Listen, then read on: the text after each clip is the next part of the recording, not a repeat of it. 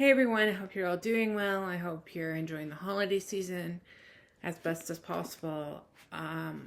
Today's book is The Queen of Sugar Hill by ReShonda Tate. It is a biographical novel. I'm going to reiterate this very clearly that this is a biographical novel of Hattie McDaniel. Now, you might not recognize that name, but you might recognize her character.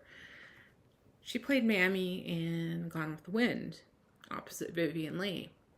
And in the Gone with the Wind that starred Vivien Leigh and Clark Gable. Yes. The famous 3.5-hour epic that, everyone's now derided. Well, I can definitely see why. I'll read the back and then I'll give you my rating and thoughts on the book. It was supposed to be the highlight of her career, the pinnacle for which she had worked all her life.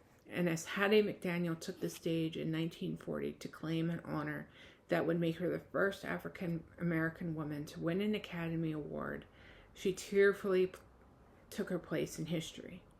This historic night was going to be life-changing, or so she thought. Months after her win, the Oscar curse set in. Hattie couldn't find work. She was thrust between two worlds, black and white, but she wasn't welcomed by either. Whites saw her only as Mammy, and blacks detested the demeaning portrayal. As the NCAA, the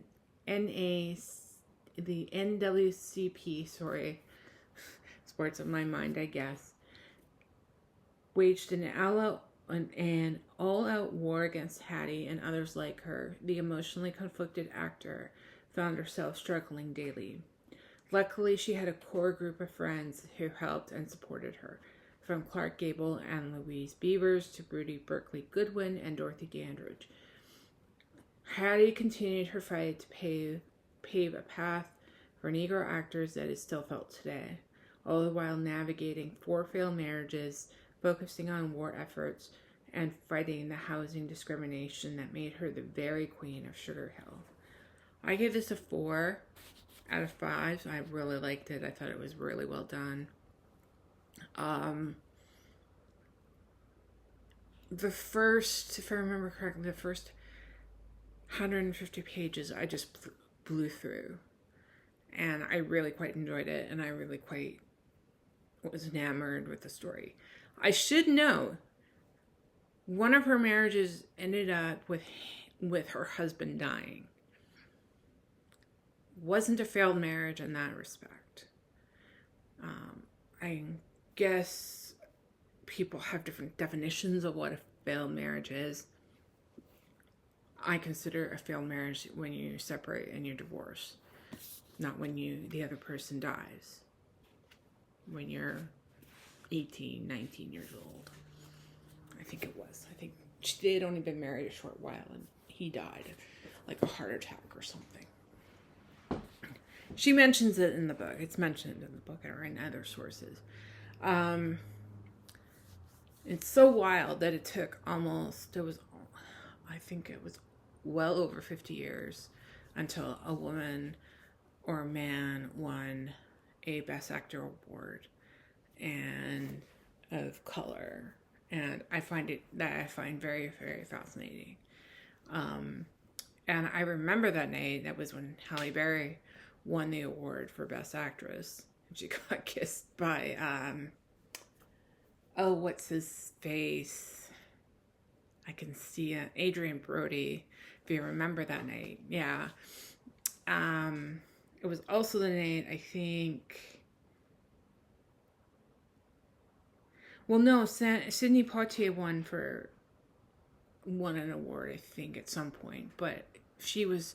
Halle Berry was the first African-American woman since Hattie McDaniel to win an Academy Acting Award.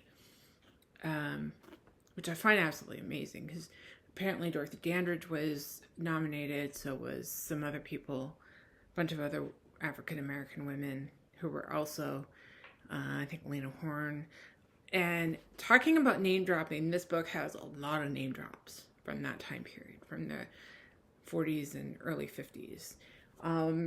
Interestingly enough, racism even filtered into Hattie's death, and she couldn't couldn't get into the big famous cemetery in LA to get buried. She had to go where all the African American actors went, which is a side note, and is, I believe, mentioned in the author's note. There's a big long author's note, by the way, in the book that is highly worth reading after you've read the book. I know after it's about 410 pages, I realize you're probably going to be brain dead.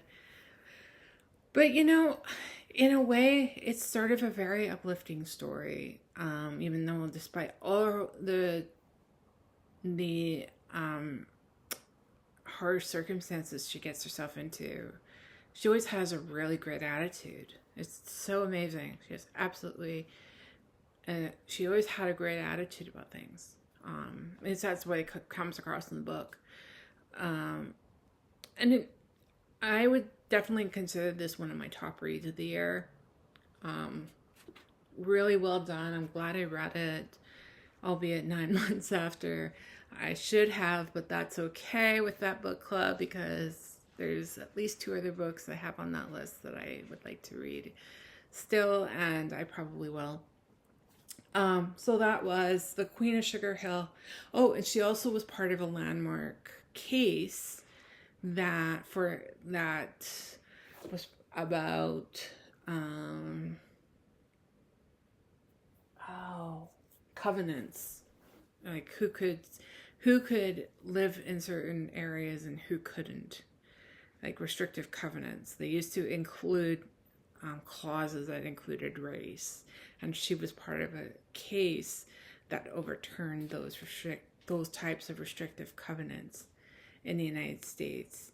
But in any case, that was The Queen of Sugar Hill, a novel of Hattie McDaniel by ReShonda Tate. I look forward to talking to you soon, and have a good rest of the day. Bye.